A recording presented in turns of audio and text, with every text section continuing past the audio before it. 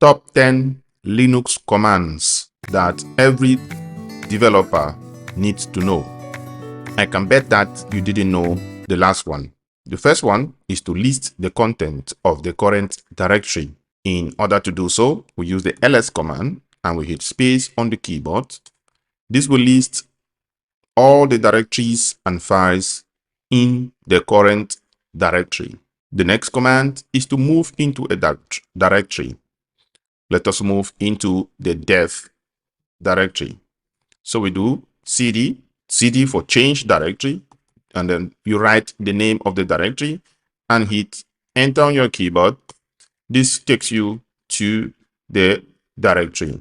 We can use the command that we already seen, ls. We'll see that we have a couple of directories inside the dev directory. The next command is to see the path to this current directory. We call it the absolute path. We use the pwd, which means present working directory. Now you hit enter. This lists the absolute path to this directory. The next command is how to create directories. In order to create a directory, we use the mkdir make directory. We write mkdir and we give a space and write the name of the directory. Let us make a directory called YouTube. Hit enter on the keyboard.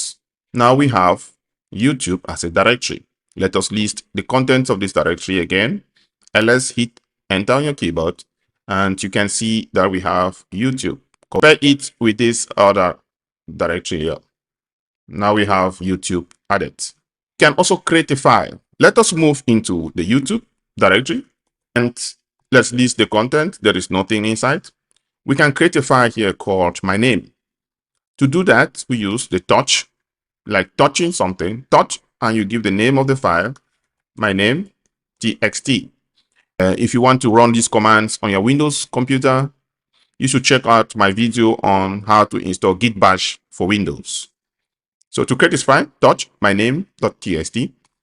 And if we do an ls, now we see that we have my name.txt. So to clear my screen, to make it look clean again, we type the clear command and we hit enter on the keyboard. Just type the word clear and hit enter. This clears out all the outputs. And now we have a very clean screen again to start fresh. So ls, so we have the name there. So to copy this file, we use the cp command, the name of the file and then the name of the new file, and we call it your name.txt. Now we have two files here.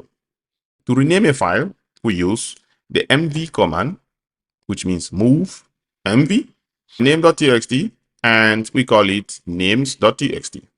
Let us remove the file called your name. Enter ls names.txt only because we removed your name.txt. If you want to learn more about each of these commands in the Linux web, you write man and the command name. Man, that is the manual of ls.